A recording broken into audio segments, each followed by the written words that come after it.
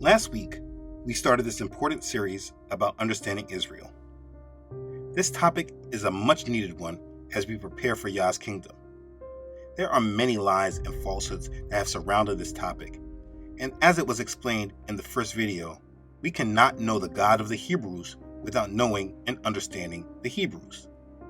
This nation or group of people who Yah chose to make his covenant with and introduced himself to the world through, we cannot overlook their history and bypass them, and then on the flip side, apply what we want to feel about Yah without them. Israel is an important topic that cannot be ignored, so this ministry will not allow it to be ignored, especially being that in the end times, there are so many falsehoods that are attached with it. It is important that followers of Yah are introduced to the God of ancient Israel through understanding Israel. We do this so we understand Yah's will, his desire, what he loves, and what he hates. People today live in such lawlessness. Unfortunately, even those who say they love the God of Israel through belief in his son whom he sent, Yahusha, whom in English is referred to as Jesus. But there is no way we can live in this lawlessness if we actually read his word and understood how Yah dealt with his chosen people when they tried to live in lawlessness. When we understand him through how he dealt with Israel, we can learn and better understand how to serve him. He said the same thing many times to Israel, and if we want to understand Yah and serve him, we must understand it too. So in this part of the series, this is what we will discuss: how Yah desires those who follow him to serve him. This must be a foundation of our knowledge of him, so we need to discuss it. Let's begin. Therefore, you shall keep my commandments and perform them. I am Yahuwah. Leviticus chapter 22, verse 31. You shall diligently keep the commandments of Yahuwah your Elohim, his testimonies and his statutes, which he has commanded you. And you shall do what is right and good in the sight of Yahuwah, that it may be well with you, and that you may go in and possess the good land of which Yahuwah swore to your fathers. That's Deuteronomy chapter 6, verses 17 and 18. Therefore, you shall keep the commandments of Yahuwah your Elohim to walk in his ways and to fear him. That's Deuteronomy chapter 8, verse 6. You shall walk after Yahuwah your Elohim and fear him, and keep his commandments, and obey his voice. You shall serve him and hold fast to him. Deuteronomy chapter 13, verse 4. Now it shall come to pass, if you diligently obey the voice of Yahuwah your Elohim, to observe carefully all his commandments which I command you today, that Yahuwah your Elohim will. Deuteronomy chapter 28, verse 1. If you read the Old Testament, this is how he spoke with Israel and communicated with them. This is what he desired for them. He desired obedience. As he spoke with each generation, he carefully spoke to them and gave them this message. When he chastised them and rejected them, it was for not heeding this message. This is important to understand when understanding Israel. When we look at our own ways and cultures, we can often mistakenly apply an understanding of Yah that does not actually match to him because we don't understand him. Back in ancient Israel, all those who understood and followed Messiah understood the fundamental message of obeying Yah. Like Yahusha said in John chapter 14, verse 15, if you love me, keep my commandments. Or in 1 John chapter 3, verse 24, it says, now he who keeps his commandments abides in him, and he in him. And by this we know that he abides in us, by the Spirit whom he has given us. We have to follow Yah. The basis and foundation of what this part of the series will focus on is what Israel was responsible to do. And this was about obeying and following Yah's commands. This was the foundation of their relationship with him. So if you go to the New Testament and don't understand Israel's history with this and how Yah guided them to obey his commands, you can see or understand a different gospel. Yah did not harp on obedience of his commands to Israel and severely chastise them when they were disobedient to him, to later on speak to the whole world and provide a Messiah just to tell them, okay, all you need to do is believe, and he does not require obedience to his commands. You are speaking of two different gods if this is how you look at him. It is perhaps that you probably don't understand, or you are overgeneralizing the law of Moses when you believe that we are not under the law. We cannot just live in lawlessness. He said those that live like that will be rejected because they do not know him. And then I will declare to them, I never knew you. Depart from me, you who practice lawlessness. As Matthew chapter 7, verse 23. So we must place this at the forefront of our understanding of him and how we will interact with him. As we come to serve him, we must know what he loves and what he hates, what he really responds negatively to, and what brings him delight, honor, and praise. And we will only know this through reading his word, his complete word. As you read through the Old Testament, you see the many different times that Yah spoke to Israel. You see the times when he was pleased with them and blessed them, and the times when he was angry with them and cursed them. These were his people that he chose unto himself. As I just explained, the very big understanding of Israel goes into the agreement Yah made with Israel. A foundation of understanding Israel should be found in Deuteronomy chapter 28. In this chapter, he says to Israel, Now it shall come to pass, if you diligently obey the voice of Yahuwah your Elohim, to observe carefully all his commandments, which I command you today, that Yahuwah your Elohim will set you high above all nations of the earth. And all these blessings shall come upon you and overtake you, because you obey the voice of Yahuwah your Elohim. That's Deuteronomy chapter 28, verses 1 and 2. And then the curses. But it shall come to pass, if you do not obey the voice of Yahuwah your Elohim, to observe carefully all his commandments and his statutes, which I command you today, that all these curses will come upon you and overtake you. That's Deuteronomy chapter 28, verse 15.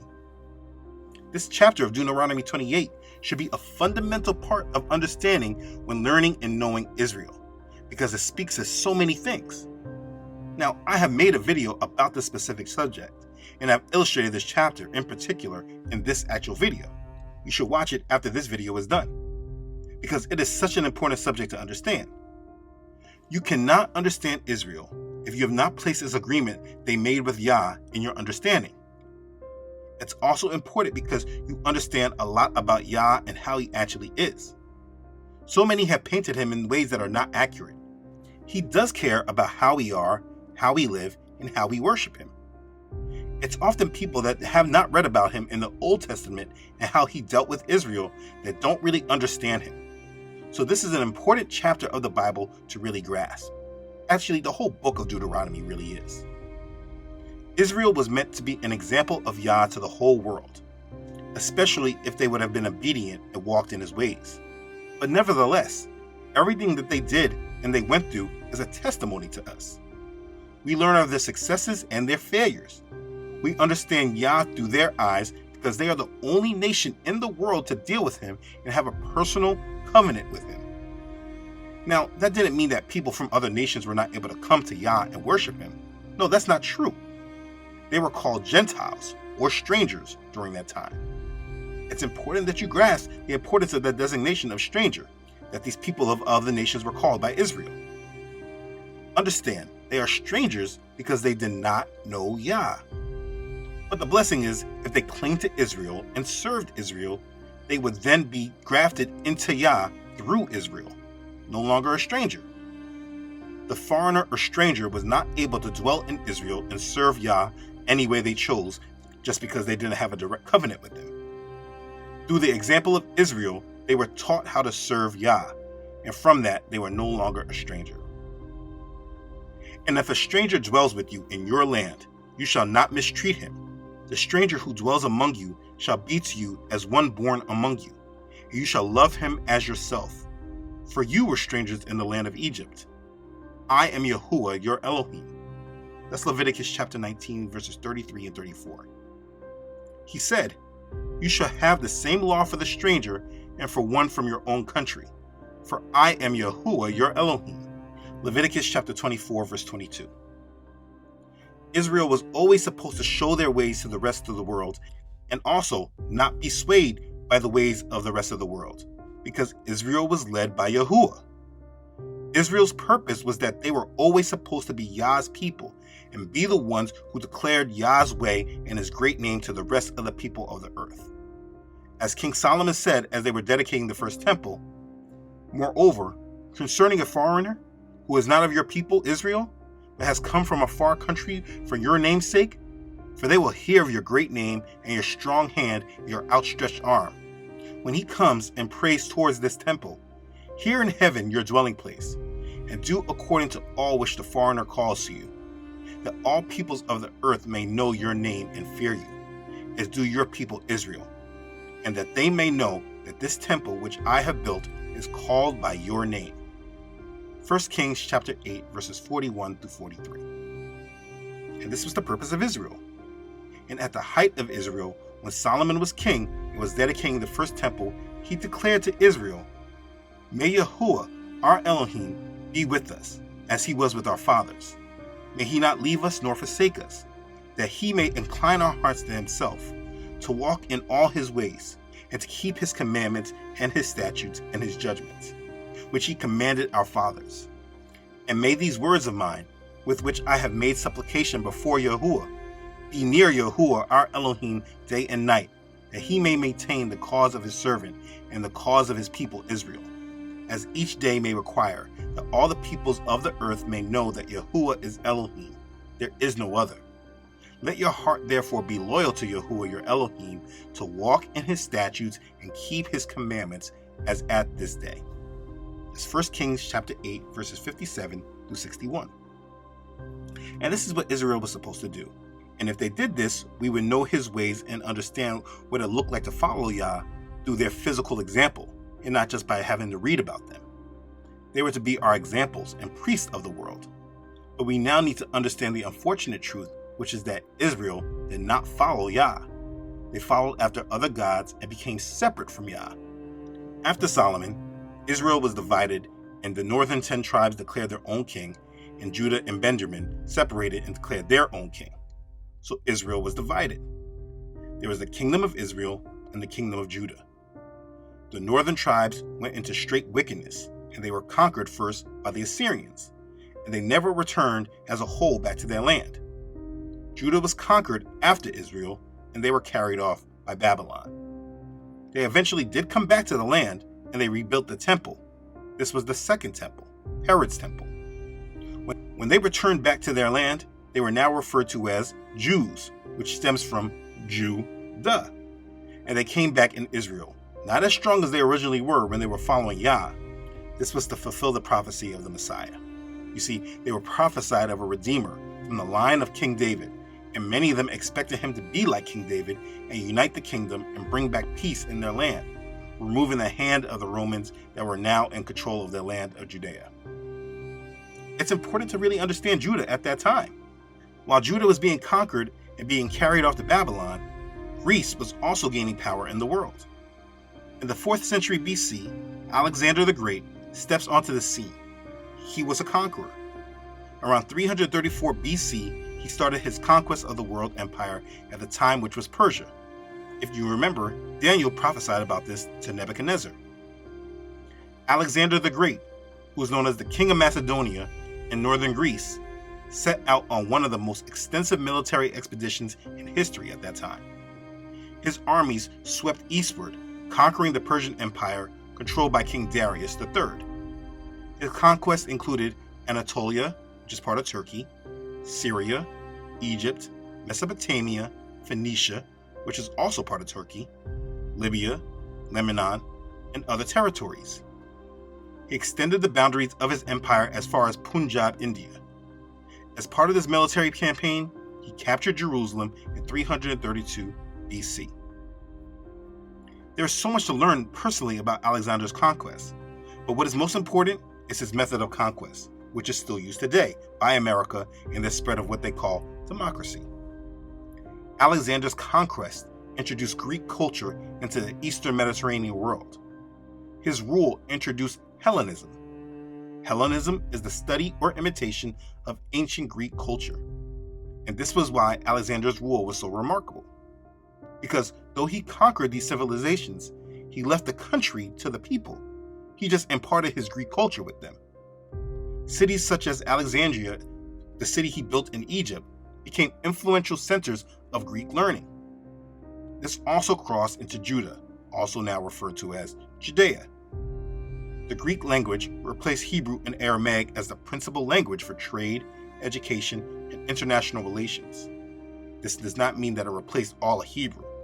It just replaced the language used by those who were controlling Judea.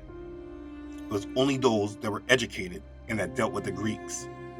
The cities of Decapolis, which is east of Galilee and Samaria, which is mentioned in Matthew chapter 4, were centers of Hellenistic culture. Okay, so Alexander died in 323 BC, and his empire was divided among several of his generals. One of these governors, named Seleucus, governed Asia Minor, modern Turkey, and Syria. Another named Ptolemy governed Egypt. They established the Seleucid and Ptolemaic dynasties. This was not a peaceful period for Greece. In Judah, life was changing. They were now under Greek captivity, and they were now being forced to adapt to Greek culture. Understand that Hebrews' life revolved around two centers, the temple and the Torah. The temple was, of course, located in Jerusalem, and it remained the one place where sacrifices could be offered. There were, however, increasing numbers of local gatherings or synagogues scattered where Jews could read scripture and pray together. These synagogues helped Jews everywhere maintain a sense of community and tradition. As long as they continued with the Torah, they would continue to please Yahuwah. But the Greek strategy was all about assimilating their culture amongst the world. Again, you don't need to rule a country using your power to control them. You just export your traditions and values over to them, and this will change them over the generations. This is easily seen through the history of America and England, through the conquest of many other nations through history. So over time, Greece's Hellenistic religious and political culture, along with their language, had significant influence among the aristocratic Jews, basically the uppity high society Jews. The leading priestly families were largely Hellenized. They were given to Greek culture, and they were involved in heavy financial schemes that fueled rivalries over the priest office in Jerusalem. These high society Jews introduced new culture like public nudity and athletic games, attendance in Greek theaters, cultic clubs, being uncircumcised, and a host of other practices that were offensive to the Hebrews. The goal was to remove the foundation of life the Hebrews had. There was a rift between the conservative Jews and the liberal changing Jews. The Hebrews had a different culture than every other nation because they served the one true God.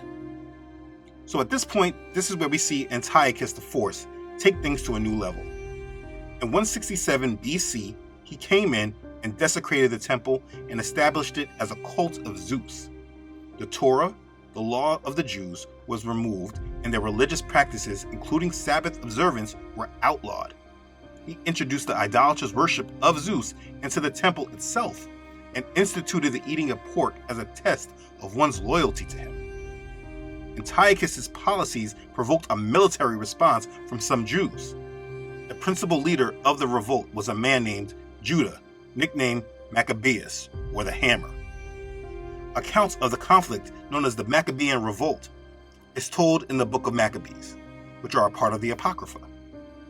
The Hellenized Jewish aristocracy sided with Antiochus, and that meant that the revolt against Antiochus was also a war of Jews against Jews. The fighting continued until 164 BC. Judah and his troops liberated the Jerusalem temple from the Syrians and began the process of cleansing it from defilement. Judah reached an agreement with the Syrians that officially returned the temple to control of the Jews. Antiochus V, having succeeded his father, was apparently willing to reach a compromise and to rescind his father's decrees. This is where the festival of Hanukkah was founded by, though it has nothing to do with the command from Yahuwah himself. The Maccabees gained complete control of the region and established an independent kingdom of the Jews that would continue until 63 BC. And during this time, there were a number of Jews that adopted a number of different Hellenistic religious beliefs and practices. So let's stop right there real quick. What I want you to understand, because it's crucial in understanding the Jews. As I started this part of this series, I explained the foundation of what Israel followed and believed. The Jews recognized themselves as the only ones who worshiped the true Creator, and they did not accept assimilating with the colonizers like the Greeks and the Romans. Though the world was being controlled by Greece, the Jews who considered themselves to be in the highest standing with the Creator did not follow their ways. This again was why they had this Maccabean revolt. They knew that they were to follow Yah and be under Him, and Yah only spoke to them. So there was no need to assimilate through the ways of the conquered world. Those in high authority like the scribes and Pharisees, these educated ones, they were the ones who compromised and who assimilated, because they were the ones that were looked at as having control, being the religious authority and the bridge between the Greek and the Roman rulers and the Jews living in Judea. But as we move on and get to discussing Messiah, you must understand that his followers and his disciples were not this educated class. They were not of the scribes and the Pharisees. They were common men, fishermen like Peter. They did not compromise or hold on to Hellenization. They were attaching themselves to Yah and trying to follow Yah. So it's important to not attach the Hellenization that Greece spread to the Jews. If they were attached to Greece, they would not have been attached to Yah. This is why Messiah had such a problem with the scribes and the Pharisees. If you remember, many times he called them hypocrites.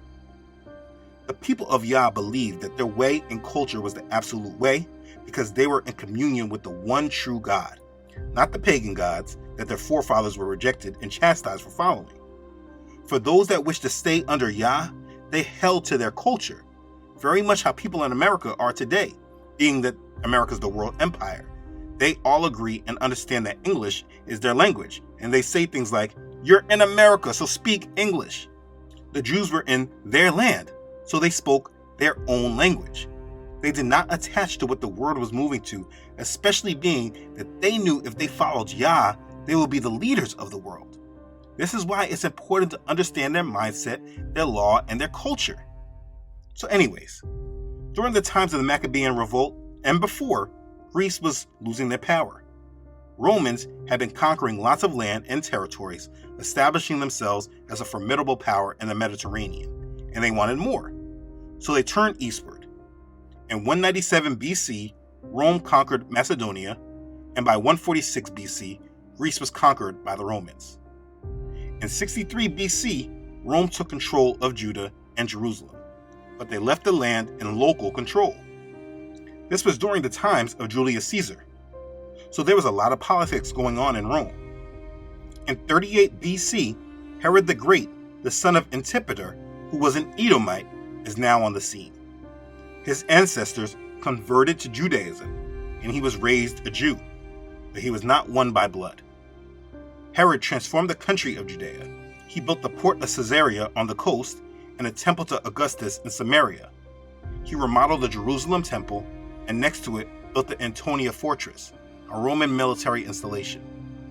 During his time, he was labeled King of the Jews, and this is the beginning of the history that would change the world. Judah never returned to the way it was before they were captured and taken into Babylon. Things had changed for them. There were no real leaders or kings in charge, and the leaders that were in charge were corrupt and served themselves. There were Hebrews that continued in the law, and a lot of others that tried to assimilate with the world empires. There was just a mixture of them. And the Jews of Judea began to wait on the Redeemer that was prophesied to them, and they waited for our Messiah to come to them. With all this history, you could really understand why they believed that this coming Redeemer was going to be like King David, who would bring them peace to their land and brought back greatness to their kingdom. But they could not see the fullness of Yah's plan until he came, and only those with understanding of Yah's will were able to receive the Messiah that was sent to them. And it is at this point where we will stop, because understanding the Messiah sent is crucial and needs to be covered by itself. We need to bring in historical and cultural understanding when trying to understand the Jews and their relationship with our Creator. They were drawn to him in a covenant based on obedience. And everything we see in their history, their ups and their downs, has everything to do with their obedience. As we understand them from the times of our Messiah, when we get to the New Testament, we cannot leave out the history of what was going on at that time and the challenges that they were up against with Hellenization. And the thing is that you really don't need to know all of that if you just read his word and understand Yah through both the Old and New Testament. But for those who mainly only read the New Testament, there is a big separation in understanding Yah's will for Israel and how they were supposed to be. So if you need more context and understanding, you want to go more into the history. If we understand Yah and we understand Israel, we should never have expected them to assimilate with Greece or Rome. And if they did, we should never expected for Yah to bless that. And understand that what Yah desired for them was obedience to him, so that they could properly serve him. So what we will do is stop at this point in history and go over what we learned in this part of the video. Here are some important parts to know in part 2 of understanding Israel. Number 1, when we understand Yah through how he dealt with Israel, we can learn and better understand how to serve him. Number 2, Yah consistently communicated the same message of obedience to Israel. You shall walk after Yahuwah your Elohim and fear him, and keep his commandments and obey his voice. You shall serve him and hold fast to him.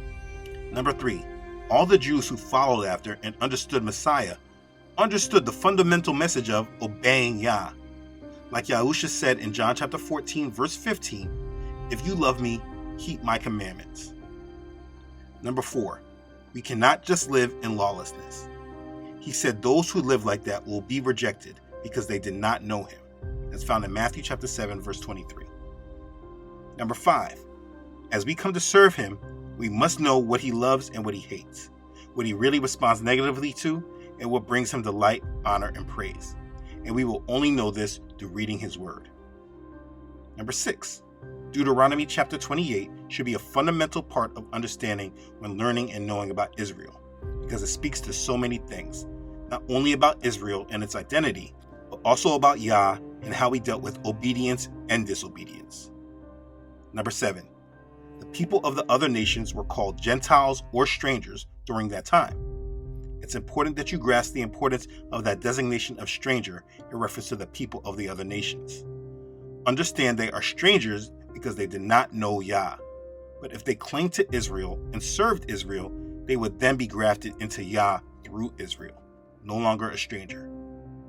Number 8, the foreigner or stranger was not able to dwell in Israel and serve Yah any way they chose.